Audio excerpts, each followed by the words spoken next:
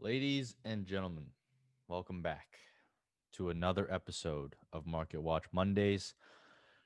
It's been a long day, action packed, an emotional roller coaster of ups and downs for fantasy teams. It's playoff time, man. This is what you guys signed up for, man. All the joy and all the pain to go with it. There's no way around it. But it's a beautiful thing. It's why we play the game.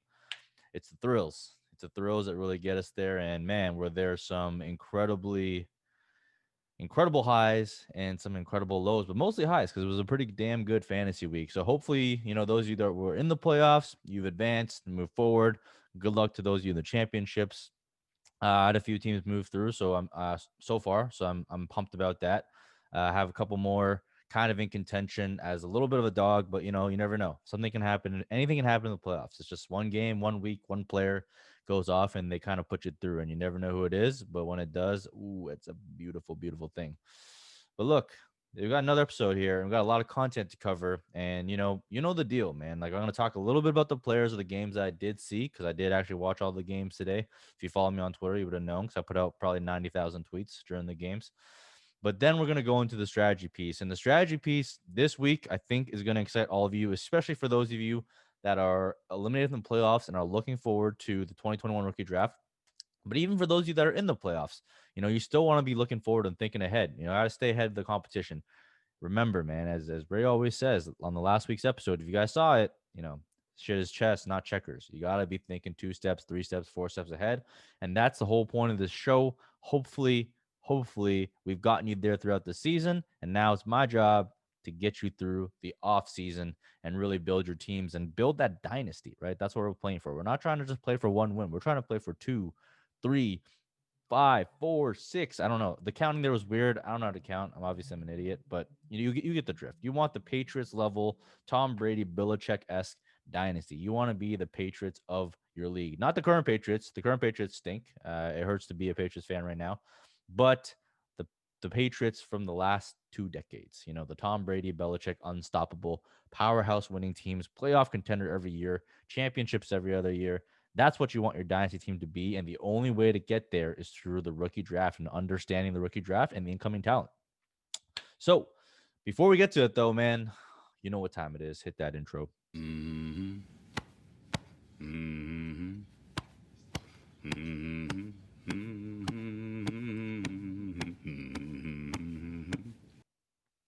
All right. Some exciting games this week so far. I was able to catch most of them. The only games I didn't really watch too much of was the Indy and Houston game because those ones are always a little bit slow paced. I watched a lot of it just for Jonathan Taylor, but then I tuned over and I didn't really watch the Seahawks game because that was boring as hell. And Russell Wilson, DK Metcalf almost lost me a week, so I couldn't bear to watch that one.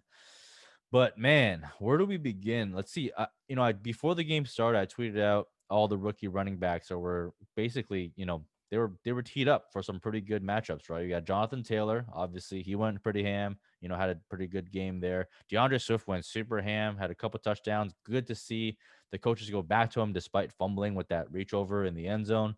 Obviously, his team to go from now on forward. So love to see that getting work in the ground and the air game, right? And then J.K. Dobbins. I pulled a last minute swap and I benched Chris Carson for J.K. Dobbins.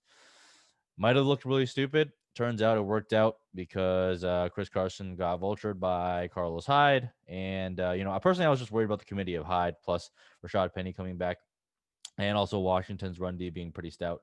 So, yeah, I faded that. J.K. Dobbins turned out to be the right play because, again, the Jacksonville Jaguars cannot stop anyone. Their defense is absolutely atrocious. So it was a great week, man. And then Cam Akers would have went off, but he got hurt a little bit. And then also somehow Sean McVay, boy genius, found a way to lose the Jets. You hate to see it. Jets lose. I mean, en route to lose the T-Law sweepstakes. Be a beautiful thing. I really, really would love to see Trevor Lawrence land on the Jaguars rather than the Jets because one, they're getting a new GM in, but they have so much draft capital, so much space to build around. They got great young talent on there with James Robinson, DJ Chark, Laviska Shenault. All they got to do is kind of build up that defense and O-line. So would love to see Trevor Lawrence go there. And more importantly, they don't have Adam Gase on the team. So that's a big thing there. But man, dude, so I had some decisions to make this week. Oh, sorry. Back to Cam Akers real quick. He would have had a monster game. He had a 20-yard touchdown called back. He had another 40-yard run, like another 23 or 30-yard run called back for holding. it was the Zebras versus Cam Akers this week, and the Zebras always win. So hate to see it, but man, Cam Akers looks good, and he's totally taken over that backfield as we expected. He was the most talented coming in. That's why we loved him. He's still raw. He still has a lot of ways to go.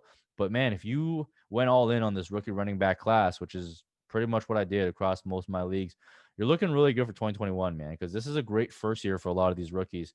And I know, like, none of them are popping off like 1,500 yards from scrimmage right off the jump, other than like James Robinson, obviously. But, they're on track, right? This is the tail end here, what you're seeing with J.K. Dobbins, with Mark Ingram as a healthy scratch, where you're seeing with Cam Akers taking over, you're seeing DeAndre Swift take over, you're seeing Jonathan Taylor emerge. Clyde got an injury, which you freaking hate to see. They said it's not that serious, so we'll see how it goes. But this class has been outstanding as advertised. Obviously, you have Antonio Gibson, the god, as well. So if you went all in on the rookie running backs, you are in damn good shape going forward. So just be excited about that. But yeah, back to the other decision I was talking about. I had a decision in hand. I really, really wanted to play Jalen Hurts this week. The problem is in the Superflex leagues where I have him, I also had Deshaun Watson, Kyler Murray, or Lamar Jackson. I had like those three ahead of him. So I couldn't really find it in my heart to bench him. Well, guess what? I was a coward. You don't get rewarded for being a coward because Jalen Hurts went off. He went off. He put up more points than Deshaun Watson in the first half. Two rushing touchdowns. One of them was a beastly one. Put another four in through the air. Like he put up like 40 something points off the on my taxi squad, mostly on my team. So you hate to see it. Luckily, it didn't result in losses for me yet. I have to fade some things, but we'll see what happens.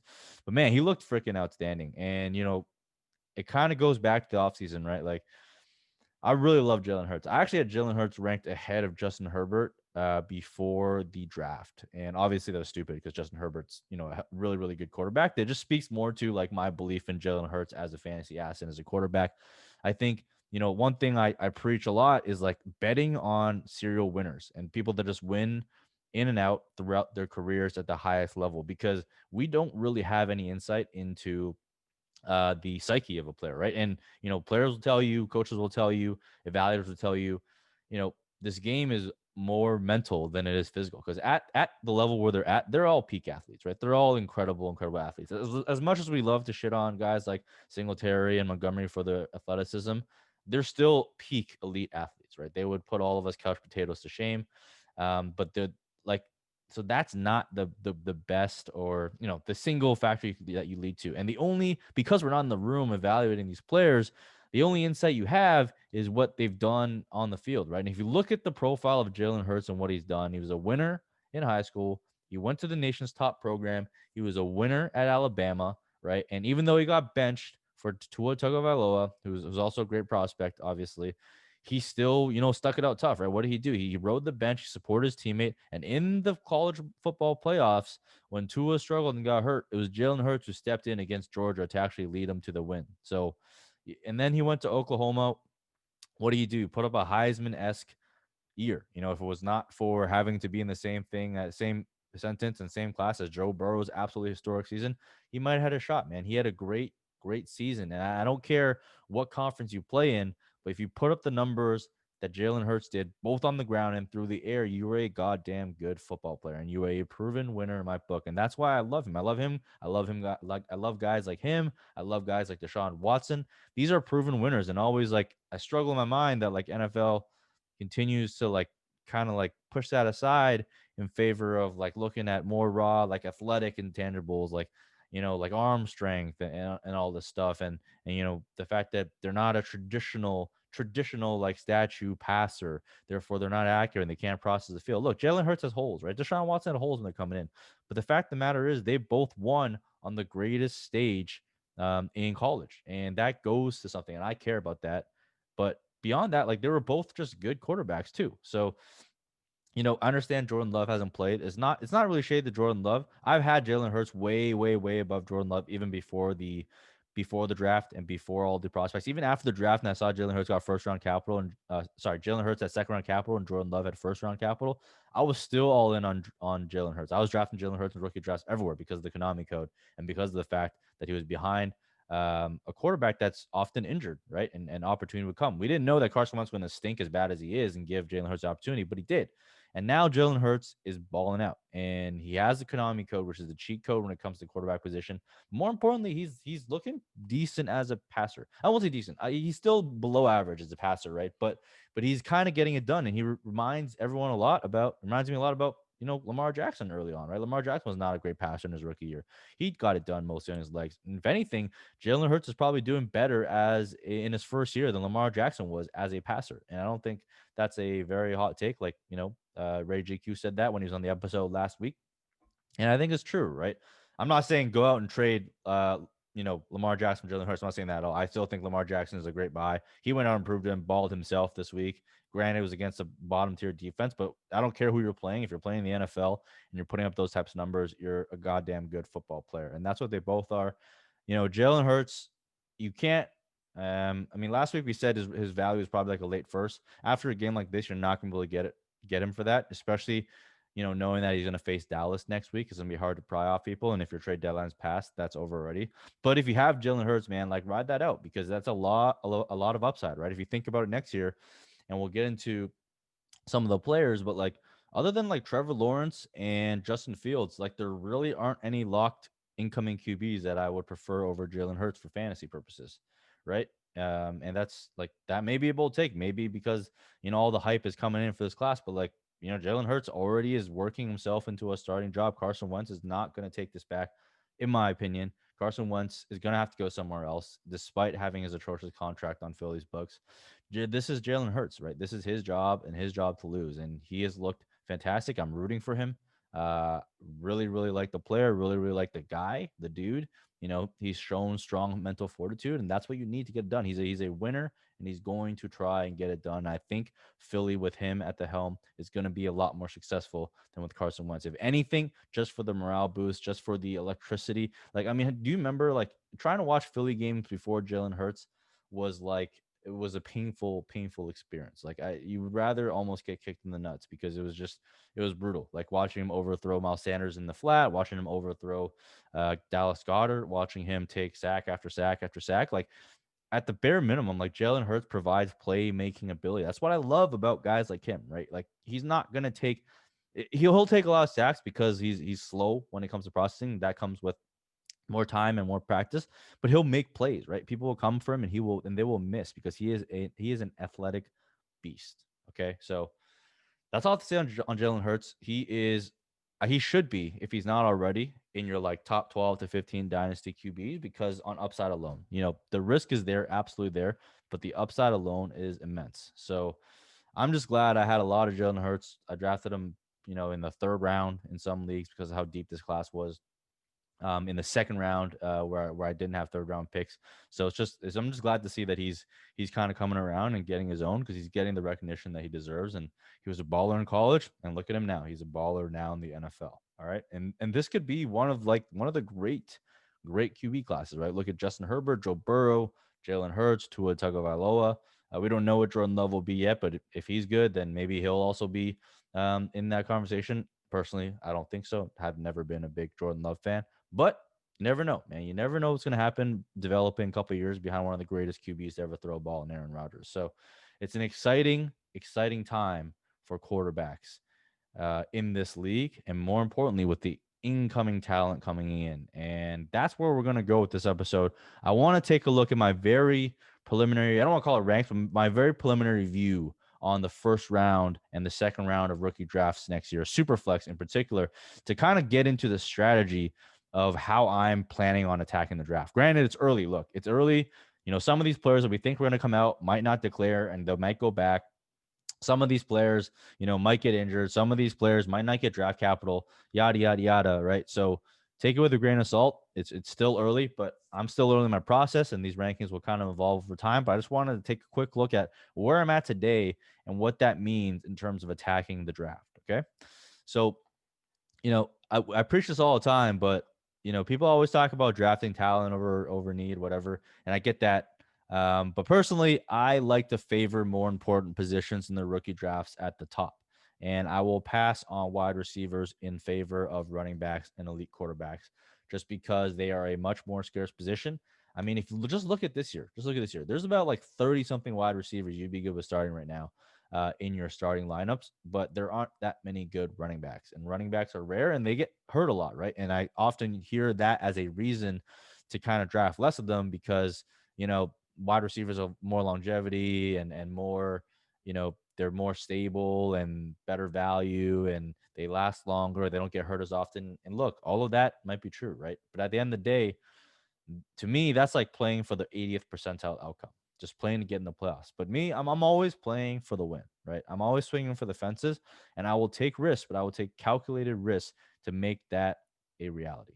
And that to me means you have to prioritize running backs, especially for rookies, because even if you have running backs, keep drafting them because there's no such thing as too many running backs. Because if you have too many, that means someone else has too little, and they're going to come to you when the time is right and they need one. And you'll be able to flip that running back for a wide receiver. You'll be able to flip that running back for a wide receiver plus in many instances. Not every class is going to be like Justin Jefferson and CeeDee Lamb. I promise you.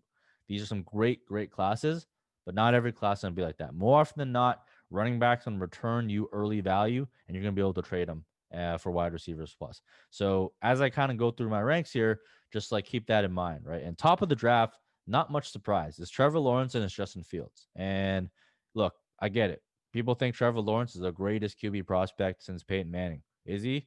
Maybe. I don't know. I'm not a good QB prospect evaluator. Ray says he is. A lot of other guys I trust say he is. So I'm going to take their word for it, right? So that's a locked in 1.01 stud for me. Assuming you're playing like a 12-man league, 12-man or more. If he's a 14-man league, it's an auto lock for them and some of the other QBs move up. But I'm assuming a 12-man league, PPR, Superflex, non-tight end premium right now for these ranks. Okay, so Trevor Lawrence, Justin Fields, to me, they're in a field of their own.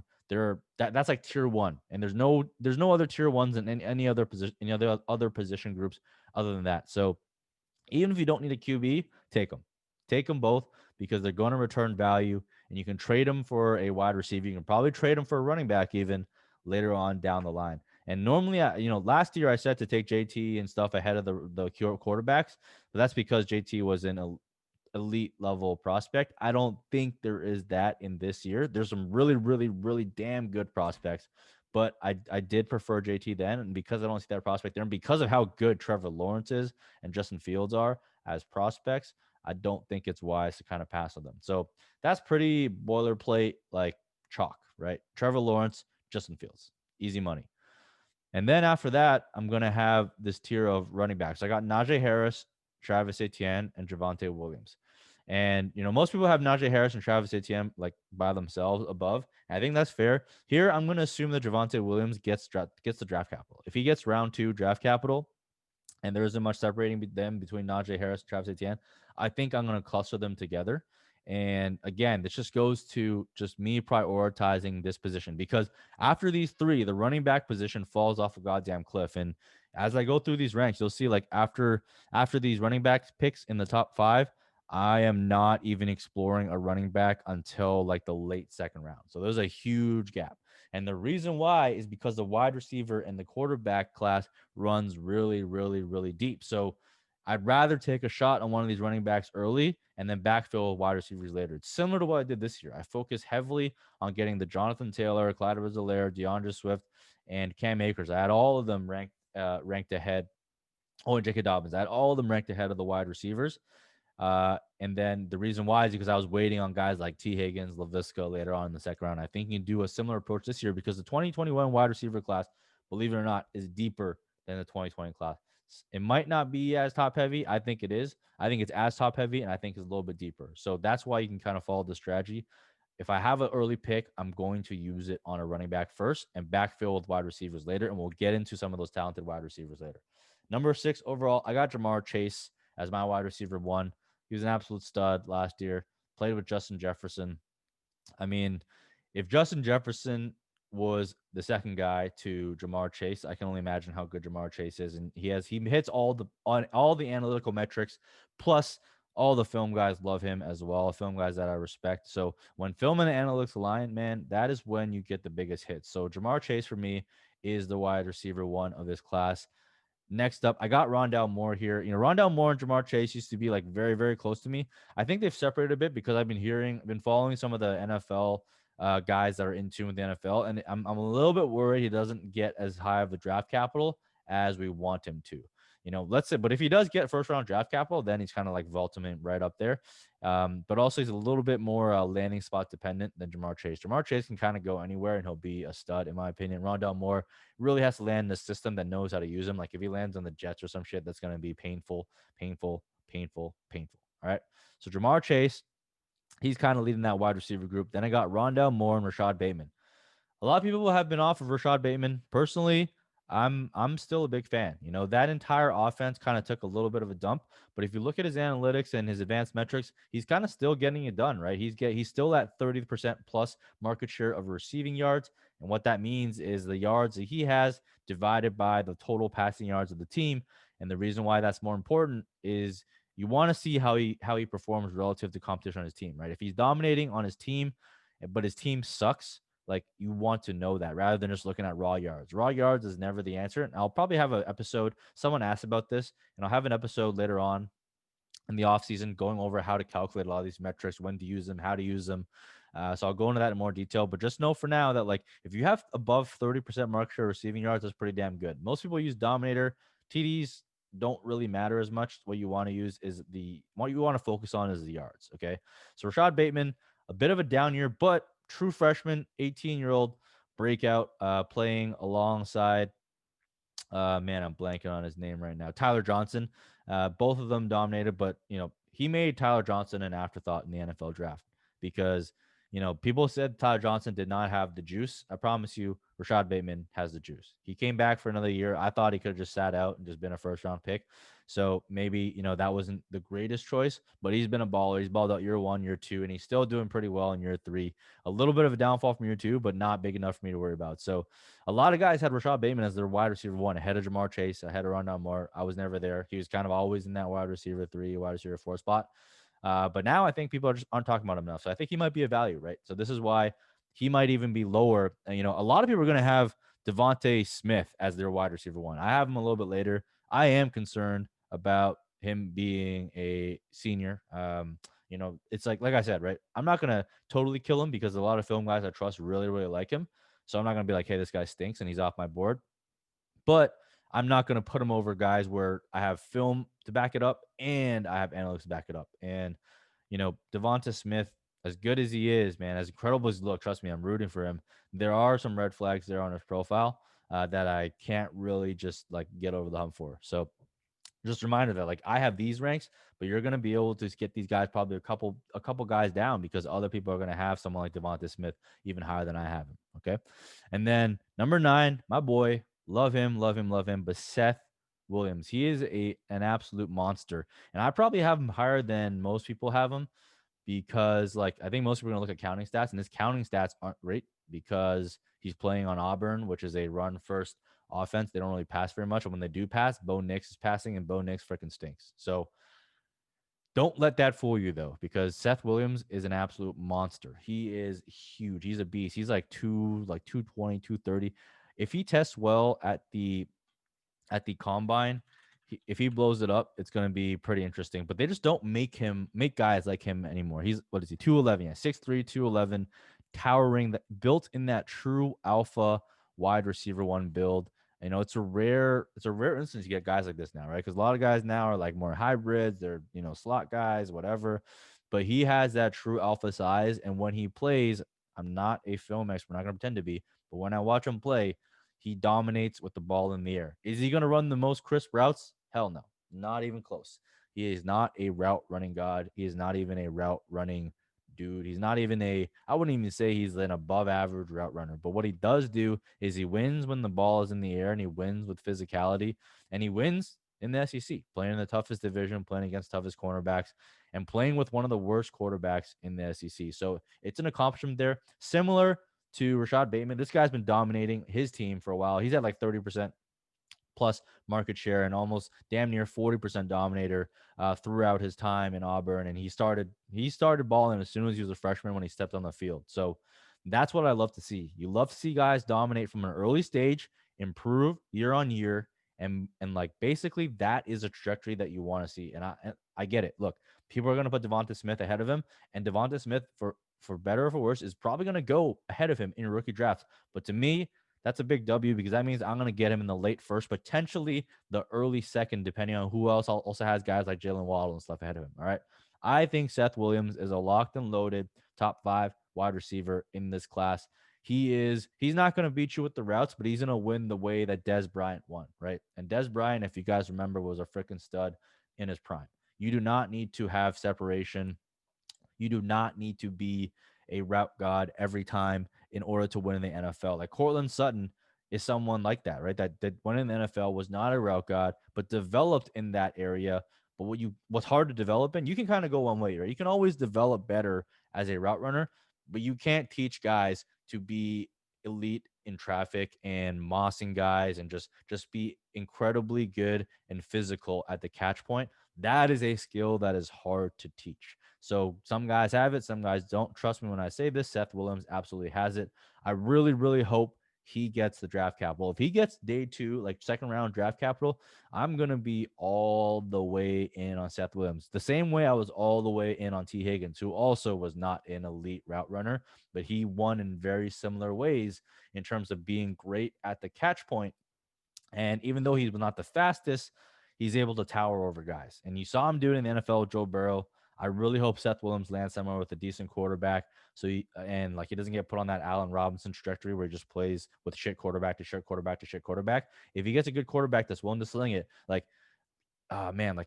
someone that'll be really perfect, I think, would be, for whatever reason, if Kenny Golladay does not get re-signed by the Detroit Lions and Matthew Stafford stays in Detroit, Seth Williams would be a great guy to take over that role. He is that towering alpha outside wide receiver, and Matthew Stafford would be a perfect fit because Stafford's got brass balls, man. He does not care if it's tight window coverage. Playing with Megatron for a couple of years will do that to you. And I think Seth Williams would be a great fit there. In fact, that might be my top fit for him, is Seth Williams in that offense, or Seth Williams with Aaron Rodgers would be another great one. If they draft Seth Williams in the second round, that would be beautiful because that would give him like a towering type of wide receiver in addition to Devontae Adams. So 2 great spots. I really hope he lands there.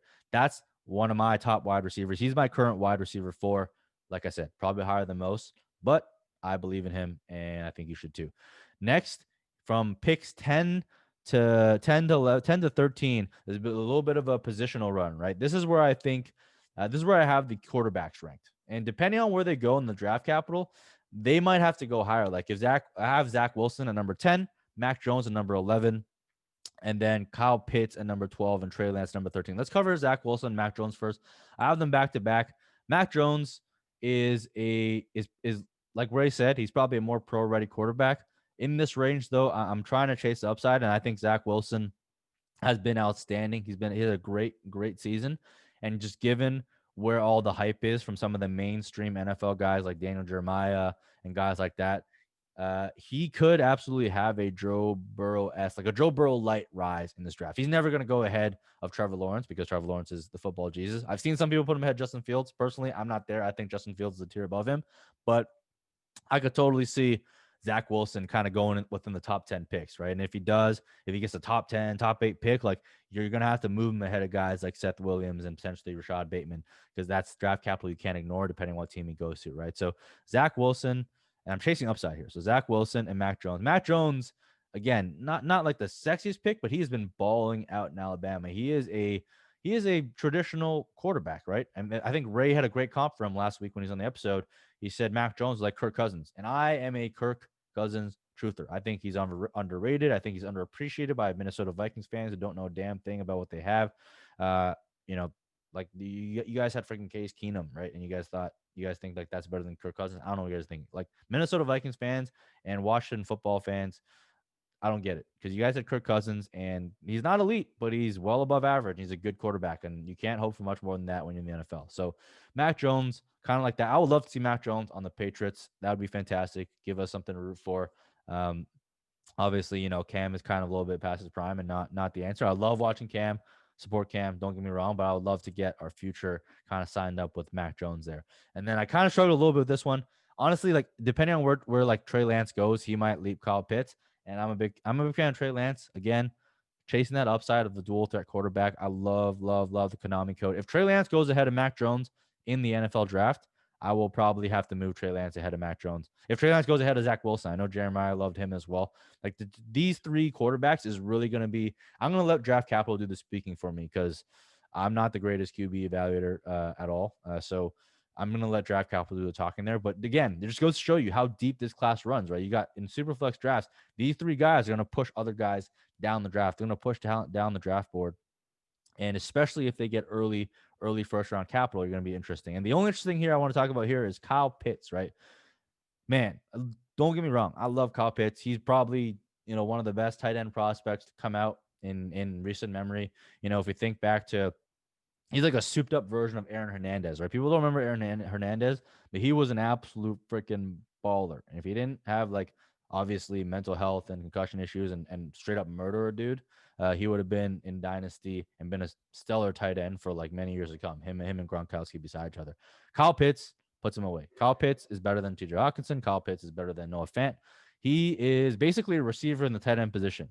But I see where people are putting him, and I think honestly it's just a bit too high for me. I still have him in the first round, right? In a super flex. And given how many quarterbacks there are, I think that's already like pretty damn high. But having him there means I'm definitely not getting him a tight end premium because I think people have him ranked like top 5, top 6. But if you just look at the record of rookie tight ends, it's not a path you want to go down. And a lot of the best tight ends in the league were not the first tight ends off the board. In fact, most tight ends that were the first off the board in the NFL draft are not the best tight ends in that class going forward. Like the one class that kind of breaks that right now is TJ Hawkinson and Noah Fant, both of them who are pretty damn good studs. But if you look back historically, it is not a great place to be. That's where you get like the Eric Ebrons, you got OJ Howard in there, you got all these guys. And it's just not a place I want to return. I want to place my bet in a rookie draft. That's not where I want to sink a lot of draft capital in. The only exception to this is maybe if you're like many, many years away from contending. But even then I wouldn't do it. And I had a Twitter conversation on this. But the reason is, look, I get it. The math says in a tight end premium league, if it's a 1.5 or 2.0 or whatever, you should go tight end, right? But what that assumes is the tight end hits. It doesn't take into account the significantly lower hit rate of tight ends, right? If you have a running back and a tight end, and a running back a tight end offers you a bigger scoring advantage than a running back, or it obviously offers you a bigger scoring advantage than a wide receiver, right? That's fine and all, but you need to take in the two components of that equation, right? The equation is the impact, that the amount, the scoring impact, the production impact, and the other part of that is the odds of hitting. And the odds of hitting on a tight end are so ridiculously low that even though he's a can't miss prospect, he's a fantastic prospect. I get it. I just cannot pull the trigger. And because the other component of that is like tight ends, like even if they produce, right? Like TJ Hawkinson had a pretty damn good first year, like 400 something yards, 400 to 500 yards. That's a good first year. And then in his second year, he's putting up like 800 something yards. Like these are good. Let me check my stats. Whatever. You guys can fact check me, but I think he's around that range. But you get the point, right? Like that is a great progression for tight ends.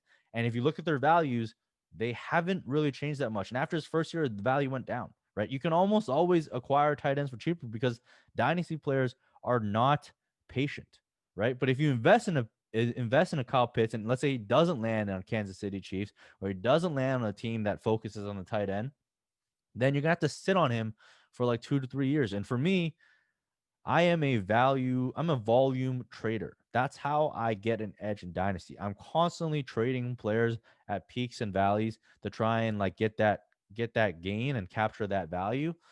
And in order to do that, you need something that's liquid. You need a liquid currency. And if Kyle Pitts goes out there and puts up like 500 yards his rookie year, to me, that's going to be a really good year. But for most people, they're going to be like, he's not really starting for me, so I'm not really willing to give up anything for him, right? So you don't have that currency. You don't have that flexibility. You don't have that optionality. That's what you lose by investing in a tight end position with really early draft capital.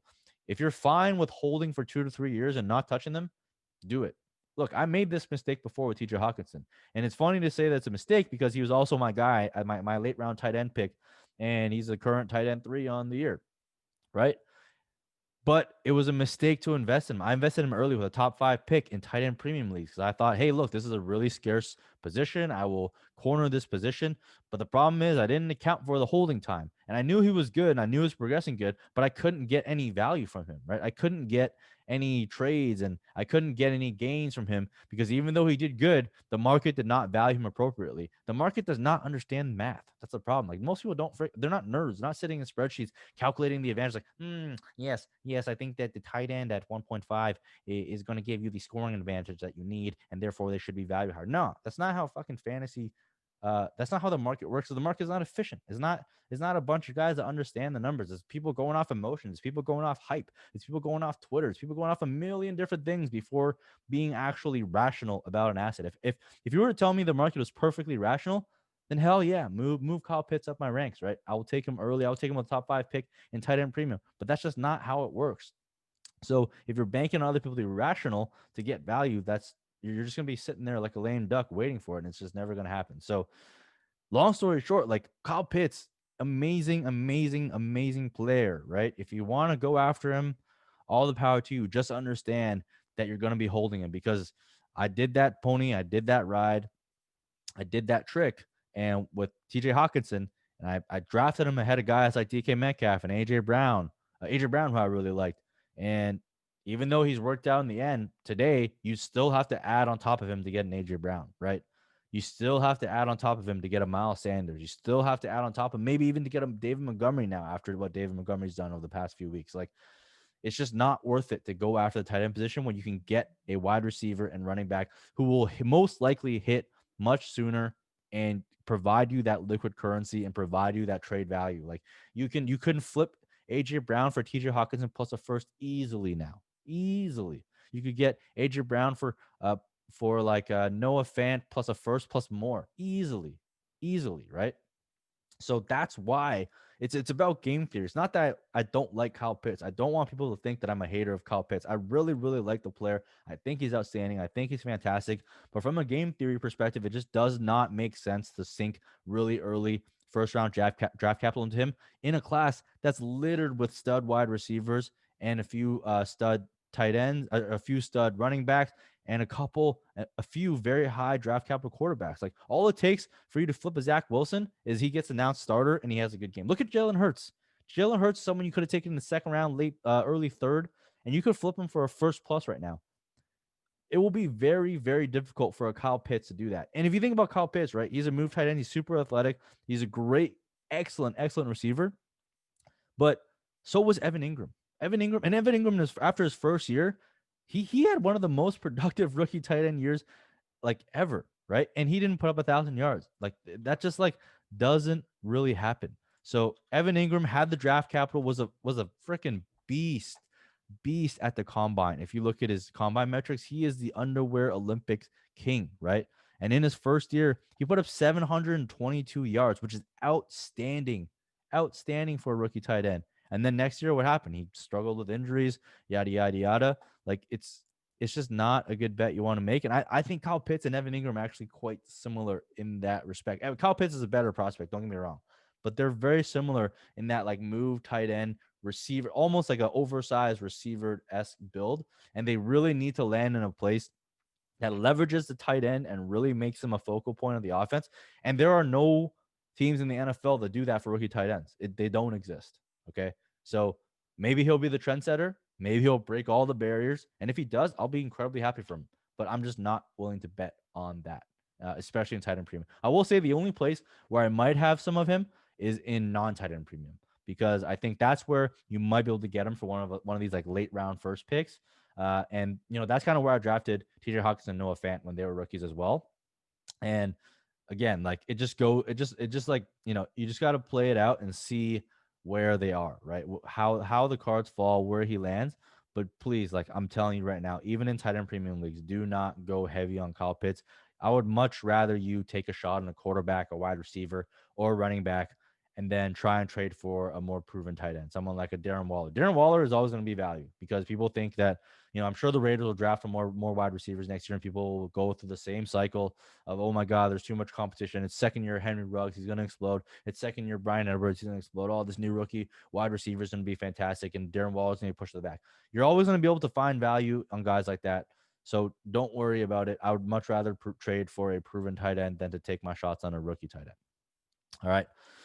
Next up, Trey Lance. Like I said, another great high upside play. I have him at 2.01. Just depends on draft capital. I'm expect him to go into that 15-20 range, which is like a little bit earlier than where Jordan Love went. So if he does, I don't think, if he goes higher than that, I might have to take him higher than Kyle Pitts. We'll have to see. But, people are worried that he had that one really bad game this year before he stopped playing. But, he had a fantastic year last year, and he lacks experience. He's a developmental project, but very high upside, dual threat, mobile quarterback. I'm not really going to place too much weight in the bad game this year, but I think that Trey Lance, I have him in a couple of Devy leagues actually. I think he offers tremendous upside. You're seeing the shift in the league, right? Like I said this early on, I forget, maybe a couple months back in an episode, but like if you don't have a Konami code quarterback in fantasy, you are at a significant disadvantage. It used to not be as big of a disadvantage. There was only like 2 or 3 of them, or maybe like 5 of them in the league that were really, really going ham, and the rest were all still pocket passers. But now, if you look at like the top quarterback, like they're all Konami code, right? Ryan Tannehill, Konami code, 2 rushing TDs today. You got Kyler Murray, Lamar Jackson, even Joe Burrow, Justin Herbert provide that rushing upside. Even Aaron Rodgers, like people don't remember back in the day, but he was providing a decent amount of rushing yards too, right? And then, you have all these guys. Obviously, you have Lamar Jackson, you have Jalen Hurts, you have Josh Allen, who's a freaking beast too. Like all these guys, the top guys that provide you rushing floor plus the ceiling is where you want to be. And that's kind of where guys like Trey Lance, and that's why Trey Lance kind of lands. That's why I have, guys like Zach Wilson as well. Kind of a little bit up there, but um, you really, really need that. You really, really need that kind of like rushing upside, because if you don't have it, and like half of your league does, especially in one quarterback, there's a good chance that like everyone in your league has it if you're in like a one quarterback league, So you just got to make sure you kind of have that in the back pocket. And even if they're not rushing threat, like even if they're the first rushing threat, like Jalen Hurts or Lamar Jackson, you got to just have that mobility still. And Joe Burrow, for example, has the mobility, and Justin Herbert, it's not their first weapon. It's not their go-to weapon, but you got to have it. So Trey Lance, remember the name. He's going to be up there depending on where he goes in the draft. Best if he kind of like sits for a bit and develops, but you still got to invest a draft capital instead of him, because the second he starts, you can flip him for a profit. So that's why I have him right on the cusp of that first round. So going in the second round here, this is where I have Jalen Waddle, De'Ami Brown, Terrace Marshall, Devonta Smith, Amon-Ra St. Brown. I have them all kind of in a very similar tier. I actually prefer Jalen Waddle to Devonta Smith a bit. I think Jalen Waddle's a little bit more explosive. And if you don't remember, Jalen Waddle was having a season for the ages before he went out and got hurt. And in terms of draft capital, Ray said this before, Jalen Waddle could be the first wide receiver off the board. He got injured now, so he might not be, but he still has that shot. And I think he's kind of, people talk about Henry Ruggs being close comp to Tyreek Hill. He's not. I mean, every draft we try and find someone to call him Tyreek Hill. I try to never comp people to Tyreek Hill because he's a freaking unicorn, right? He was a running back in college, and now he's my dynasty wide receiver 1. He's just incredible, just game-breaking speed.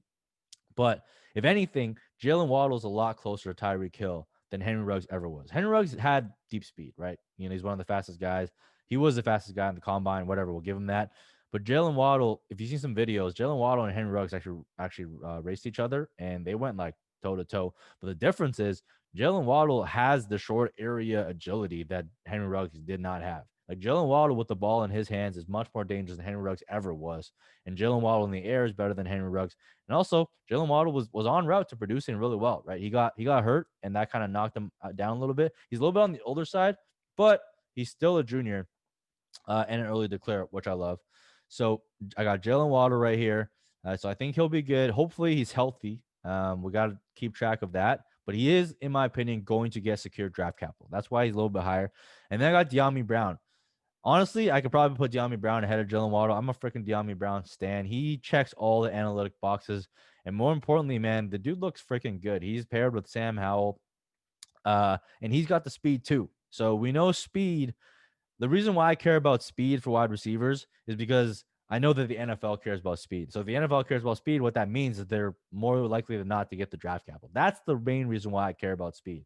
Unless like you have game breaking speed like Jalen Waddle does. Like other than that, most people tend to overrate speed. But to me, it's like kind of correlated with draft capital, which is why I pay attention and I'm interested. But I love De'Ami Brown. This is probably higher than most people have him. Most people probably have him as like, in that wide receiver 8 to 10 range. I have him a little bit higher. I have him ranked as an early second. You probably won't need to use the early second, but I don't care. I'm going to use early second to make sure I secure him in my drafts, assuming he gets that day 2 draft capital. I could see him going in the back part of that second round. And, he has game breaking speed. I think he would be excellent on the Green Bay Packers or the Kansas City Chiefs, right? Because McCole Harmon ain't it. Let's be honest. MVS stinks. Alan Lazard is like kind of like whatever. But De'Ami Brown would be a great second complement to a Tyreek Hill in the Legion of Zoom or to Devontae Adams to really add that deep threat downfield speed that the Packers are lacking. Because MVS is fast, but the guy's got no hands, so it doesn't really matter if he can't catch the ball. So I think De'Ami Brown would fit in really well there. But I just love him for the analytics. Like, I mean, if you look at his advanced metrics in terms of his dominator, his market share of receiving yards, he has been a stud since the sophomore season. He's been Sam Howell's go-to. He has been incredibly efficient on his touches in terms of yards per team pass attempt. He's got, yards per target, just everything from an efficiency perspective. He's been slamming it. And a lot of the BMI Twitter is going to come at you with them because he's a bit of a lighter frame, right? He's skinny. He's got the height, but he's a little bit skinny. But I don't care. Like BMI Twitter came after CeeDee Lamb too, and look at CeeDee Lamb. He's a freaking baller. I don't give a fuck about BMI Twitter. I'll use it as like a tiebreaker if two guys are really, really close. But De'Ami Brown is a freaking stud, so he's going to be in my top 10 wide receivers for sure. Right now, I've got him at wide receiver 1, 2, 3, 4, 5, 6. He's like wide receiver 5, 6 for me. Like he's in that grouping. Honestly, I could put him behind Seth Williams depending on where he goes, but I freaking love De'Ami Brown. I'm going to make sure that I can try and leave every single draft with De'Ami Brown. I actually have him in the Devy League already in the DDP Destination Devy Listener League. I drafted him this year in the first round of the depleted Devy draft. So I'm super, super, super excited about that. But he's going to be a stud. That's going to be one of my guys. That's going to be a guy that's obtainable, right? He's going to be my this year's T Higgins. You know how high I was on T Higgins and make sure I landed him at the beginning of the second and the late first of every single draft. That's what I'm going to be with De'Ami Brown. I'm going to be willing to reach early on him to make sure I secure him. I strongly, strongly suggest you do as well. Next up, we got Devonta Smith and Terrace Marshall. I'm going to flip-flop between these two a little bit because, like I said, Devonta Smith is a baller. And I don't want you to take this as disrespect that I have him this low. It's just it's a really, really deep class. And a lot of guys have both film and they both have both film and analytics, right? And Devonta Smith has film and he has a little bit of analytics as well, for sure, but not as much as the other guys. But Terrace Marshall, balled out this year, right? Even last year when he was with Jamar Chase and Justin Jefferson, both putting up historic numbers, he was not a scrub, right? He still put up digits.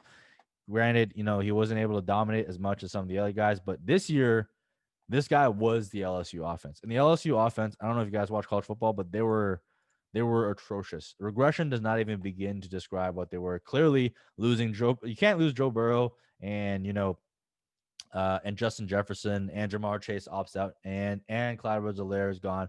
You can't expect to lose all of them and like kind of not lose a step. And clearly they lost many, many steps. But one guy that did not lose any steps is Terrace Marshall. He was a freaking monster. His dominator is wild. And the interesting thing is like there's a couple of different ways, right? You want guys like you want early breakouts if you can, but if you don't get early breakouts, you want guys to kind of like really dominate and just like jump off the page. And from that perspective, Terrace Marshall was absolutely that. And Terrace Marshall was a very highly recruited prospect out of high school, coming into one of the nation's better programs and playing in the SEC against some of the toughest competition. So again, it kind of goes down that track of like serial winners that I really like and guys who kind of perform at the highest levels. So Terrace Marshall there, and then Devonta Smith. I mean, he's been an absolute freaking monster. You can't. I'm not gonna like push him all the way out of my wide receiver rankings. I think that's disrespectful. You can't discount what he's done. Granted, he's done it all, most of it all as a junior and a senior, but he's been fantastic, right? He's a bit on the smaller side, and does that concern me a little bit? Yeah, not because of BMI, but because of how I think the NFL might view it. But the NFL also probably likes production. So Devonta Smith will probably get that draft capital. He'll probably be, going in the back part of the first, maybe the early second. I do think guys like Jamar Chase is going to go ahead of him. But he could be the third wide receiver off the board. Maybe even earlier. Who knows? Who knows? But he's going to get the draft capital. He's got the later production, but to me, he's got a couple red flags, which is why I have him here. And I had Ray on the episode last week, and he put up a hell of a good argument for him, right? And this guy's a good football player, and you don't have to be more complicated than that. But there's so many other good football players in this class, which is why if you have a bunch of second round picks, man, it's going to be beautiful. And it's why you can wait on wide receivers. You might not get someone like Devonta Smith in the second round, but I guarantee you're going to be able to get someone like a De'Ami Brown, a Terrace Marshall, and the next guy on my list, Amon-Ra St. Brown, brother of Equinemius St. Brown, playing for the USC Trojans. He's having a pretty good year as well. And he was an early breakout, 18-year-old breakout. And so he's been producing ever since he stepped on the field. Played with Michael Pittman last year, and in my opinion, was still the better player on that team. So this is where like you can get some of these guys and be a sweet spot. And then that's not even mentioning someone like a Elijah Moore, who I have. And now we're in like, pick 19, pick 20, right? For someone like Elijah Moore.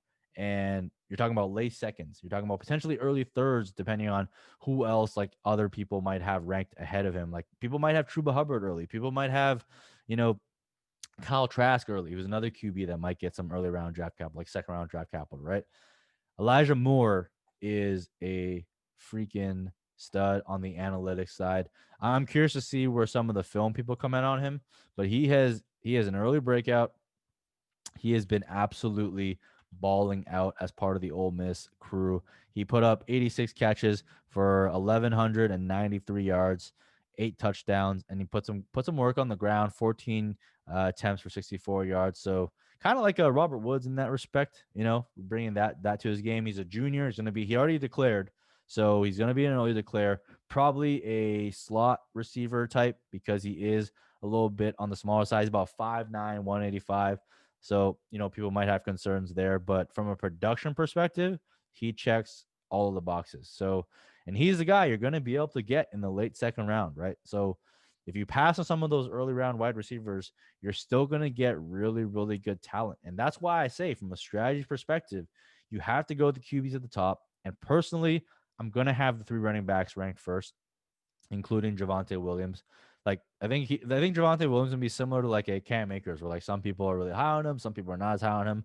But if he gets the draft capital and he does well at the combine and he gets like day 2 and goes like at a decent team, like I'm just gonna take him ahead of the wide receivers because I'm gonna swing on wide receivers later.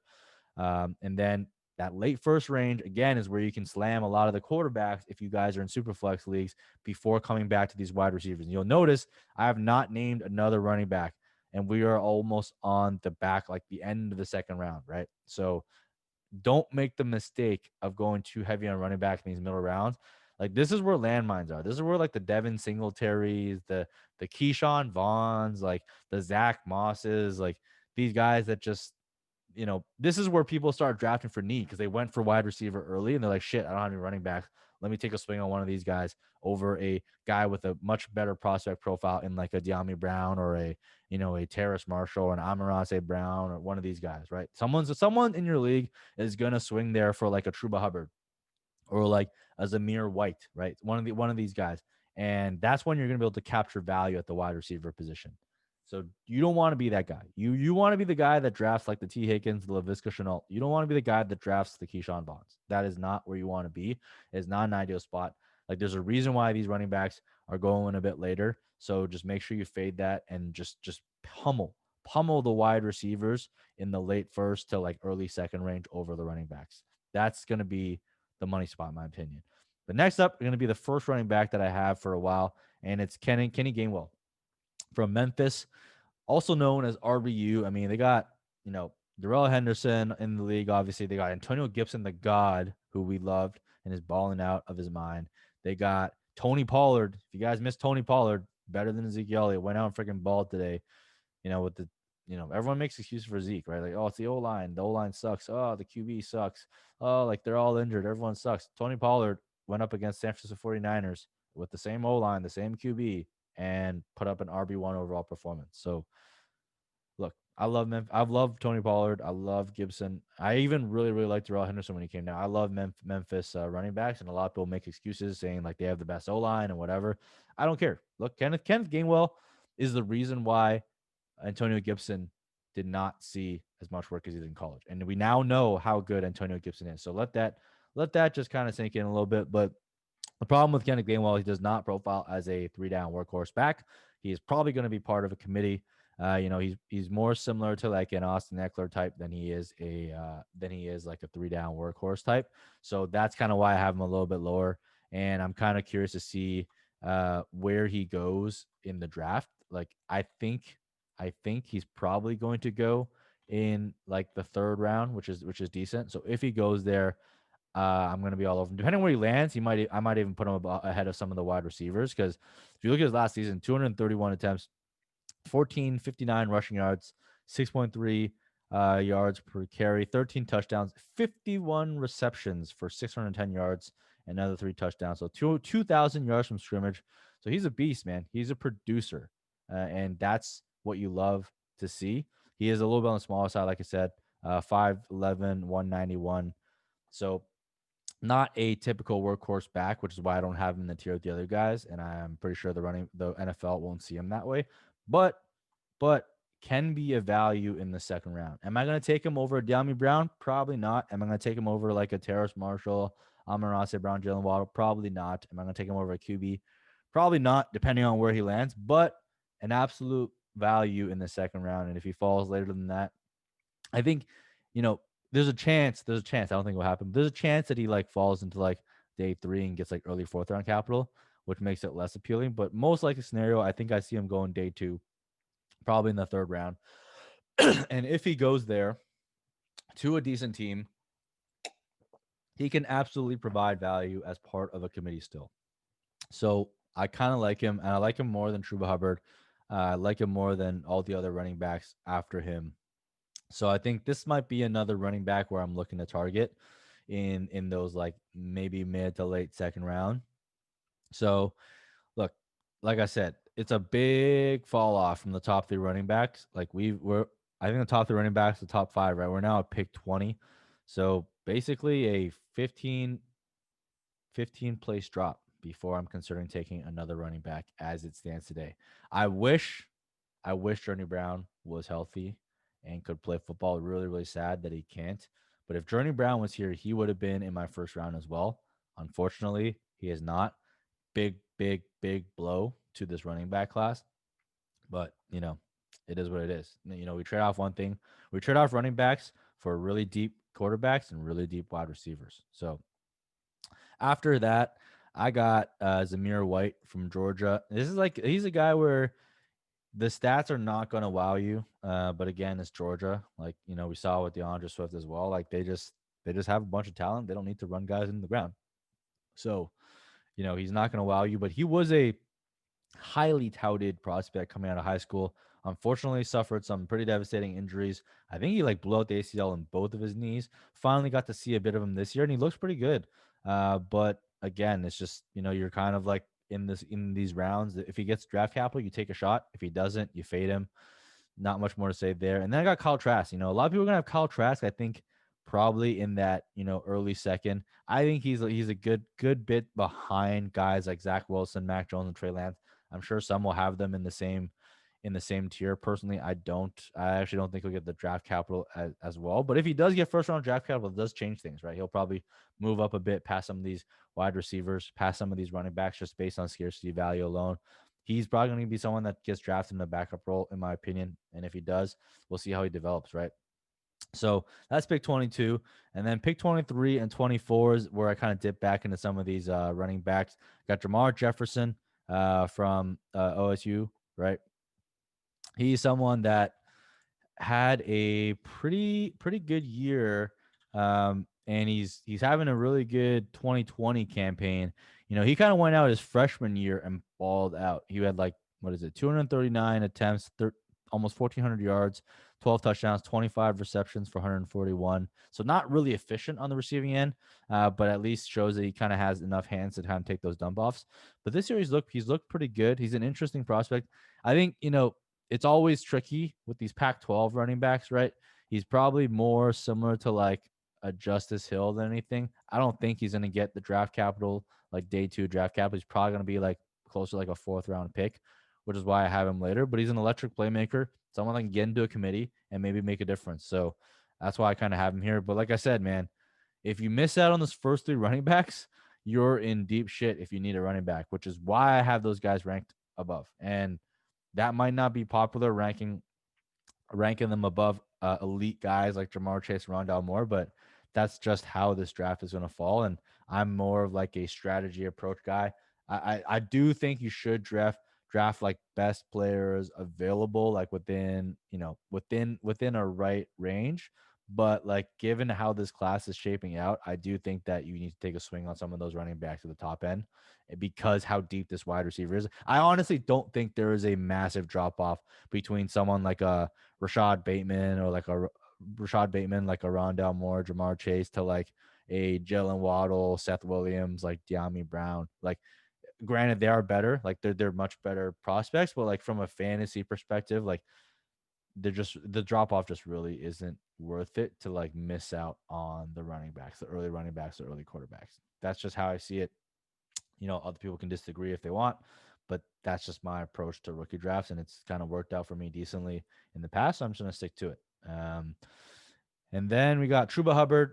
Really thought I should have declared last year. I mean, I think it was a mistake to go back. Obviously, it was a mistake to go back because his draft capital probably tanked, but he's still hella fast. So if he goes to the combine, runs like a 4.3, like his draft capital could definitely shoot up again, which is why you kind of got to draft him here and hopefully, hopefully, hopefully, that works out. Sorry, I said OSU for Jamar Jefferson. I don't know why I said that. It's Oregon State, not like Oklahoma State.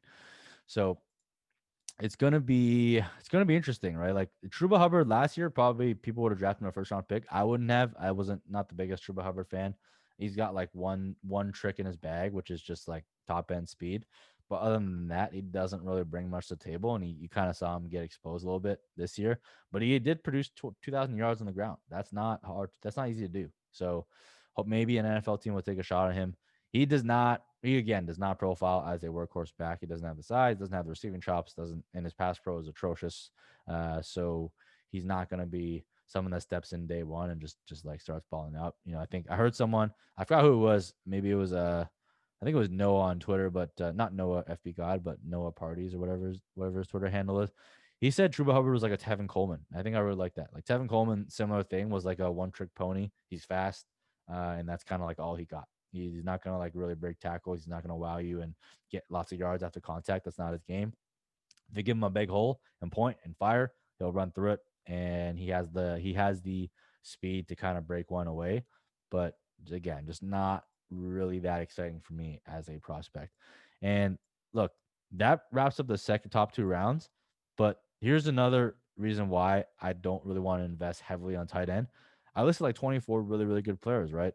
But I haven't even mentioned Brevin Jordan and Pat Fryermuth. Like a couple years ago, Brevin Jordan was being mentioned in the same breath as Kyle Pitts. Granted, we've seen now evidence over the past couple years that he is not the same prospect as Kyle Pitts, but he, in his own right, is a very, very good tight end prospect. And Miami has produced a lot of great tight ends in the past. If you think back to Greg with a third leg, right? And all these guys, you got Jeremy Shockey that came out of there as well. Like these guys can produce, right? They have the right development there. But you can get a Brevin Jordan and a Pat Fryermuth from PSU, who's also a great prospect.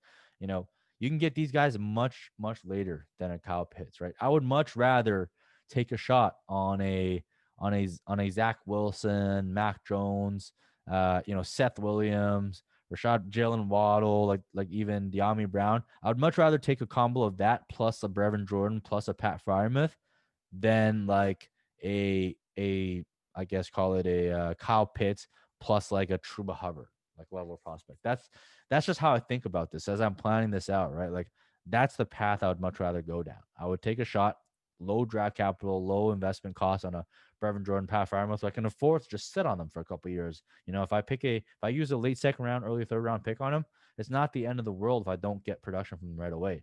But if I use a first round rookie pick and I don't get any production, that kind of sets you back compared to other people. Like if someone else drafts one of these wide receivers and they go off, they have like a T Higgins type season. They have like a Justin Jefferson type season. Granted, those are pretty rare to come by, but you know what I mean. Like if they have a good rookie outing, like good rookie wide receiver outing, they can take that player and flip it right away for value. But like I can't do that if Kyle Pitts doesn't go out and ball right away, which rookie tight ends really do.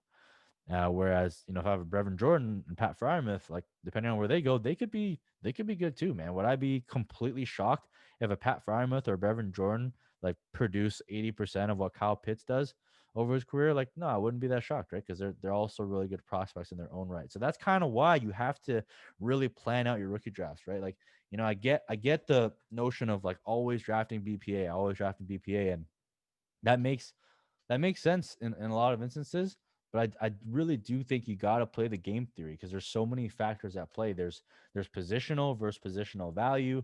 There's positional trade offs, and then there's just looking at value gain, like which positions and which types of players are going to give you the greatest value jump from year one to year two. Because if they jump in value, that offers you liquidity in the trade market. It offers you flexibility because you're able to pivot from those positions and other positions more easily. It just offers you so much more from a dynasty trading perspective than sinking your capital into a tight end and just waiting on it, right? And it might work out. And if it works out, it's great. But even though TJ Hawkinson worked out for me, I missed out on all the gains in between and all the trades that I could have done to capitalize on value in between. And to me, that's a loss, right? Even though the player hit, you can hit on a player and still lose because you miss out on the interim. And I say this all the time, but like if you had to wait like 2, 3 years to take a victory lap, like was that even worth it as a victory lap? Because you could have taken like 4 or 5 laps in between for other players that hit. You could have traded and sold. So for me, I'm always approaching it from a market value and a game theory perspective. And from a game theory perspective, positional value really, really matters in rookie drafts. So that's why I kind of do this exercise and stick with me because like this is going to be an interesting offseason. And as I kind of dig more into the data, I'm sure like there's going to be moves here, right? And as we dig in, as we get more information about the NFL draft, what the mainstream draft talking heads are talking about, who are players they're high on, who's going to get that draft capital. These ranks will change, but this is my very preliminary shot at looking at some of these players.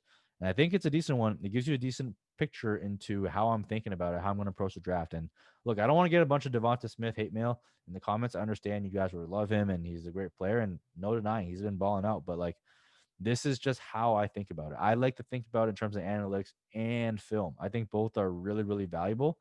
So I'm always going to prioritize guys that have both over guys that I have one but not the other. And that works both ways. I learned that lesson with N'Keal Harry, who's an analytics god, but the film grinders were not a big fan of him, and I ignored them all in the beginning. That was proved out to be a very, very big mistake. So I think going the other way, it would be a big mistake to just rely really, really heavily on film and completely ignore the numbers. So that's kind of where I'm at. Hope you guys found it helpful. I know it was a pretty long episode, but I wanted to go over a lot of these players to kind of like give you a sense for where I'm at. So just give you a quick repeat. I'm going to list them off real here, right? First round, got Trevor Lawrence, Justin Fields, Najee Harris, Travis Etienne, Javonte Williams, Jamar Chase, Rondell Moore, Rashad Bateman, Seth Williams, Zach Wilson, Mac Jones, Kyle Pitts. Okay, that rounds out the first round. Second round, Trey Lance, Jalen Waddle, De'Ami Brown, Devonta Smith, Terrace Marshall, Amon-Ra St. Brown, Elijah Moore, Kenneth Gainwell, Zamir White, Kyle Trask, Jamar Jefferson, Truba Hubbard. And as a bonus, start off the third round, Brevin Jordan, Pat Fryermuth. That's where I'm at. You know, don't take my rankings for gospel. Go and do your own thing. If you want to put Devonta Smith as your wide receiver one in the first round, go for it, man. Like, just do your thing. This is where I'm at. This is how I'm thinking about it. So as the offseason evolves, I will kind of like shift these ranks and, keep sharing them with you. And maybe we'll upload, like, I don't know when we're going to release our rookie ranks for BDGE, but probably sometime in the early on in the year after we take a quick break after the fantasy football playoffs and the real NFL playoffs, a little bit of a break. But these will evolve over time, man. If you got questions, drop in the comments, hit me up on Twitter. You know the drill. But this is where I'm at today. All right. Hope you guys enjoyed. If you did enjoy, make sure you subscribe. Make sure you hit that thumbs up button. Make sure you follow me on Twitter. Holler at your boy. I'll do my best to respond. I'll try and engage with you on Twitter, but understand that there's a bunch of shit going on, so I might not respond to you right away. So don't get mad if I don't like instantly respond to anything like that. Just like be patient. I try my best to respond to everyone that reaches out to me, whether via DMs or adding me on Twitter. Sometimes I miss some of you. I apologize in advance if I do, but there's just there's only so many hours in a day, and this is not my job. I do this shit for fun, so I don't get paid to do any of this shit. It's just what I do for fun. I like to engage with people, so forgive me if I don't catch you or don't respond. Feel free to at me again or whatever it is, but that's all we got for you this week. Take it all in. Remember, in Dynasty, man, there is no off season. This is where the grind starts. This is the funnest part of the season for me. Like, to be honest, this is more fun than the regular season because I don't have to talk about all the games. I can really hone in on the theory, my strategy, and just research, just crunching the numbers, diving into the film analysis and just figuring out these prospects. These are guys are the new shiny toys, man. Figuring out which one is a real toy and which one is a bag of rocks. Okay, that is the key to rookie drafts, is figuring that out. And like most people think about it in terms of trying to get hits. I approach it from the perspective of trying to avoid busts, right? It might sound like it's the same thing, but it really isn't. I try and like limit the pool of players I look at to avoid the busts. And if they're busts, like I basically avoid them, and they might hit as an outlier, and I'm willing to take more shots and outliers in the late rounds. But in the first round, top of the second round, I'm looking for high percentage hits, guys who are more likely to hit than bust, and that's what it comes down to. All right, drag down a little bit after the conclusion there, but you get the drill. Subscribe, thumbs up, yada yada yada. That's all I got for you guys. See y'all next week for another episode of Market Watch Mondays.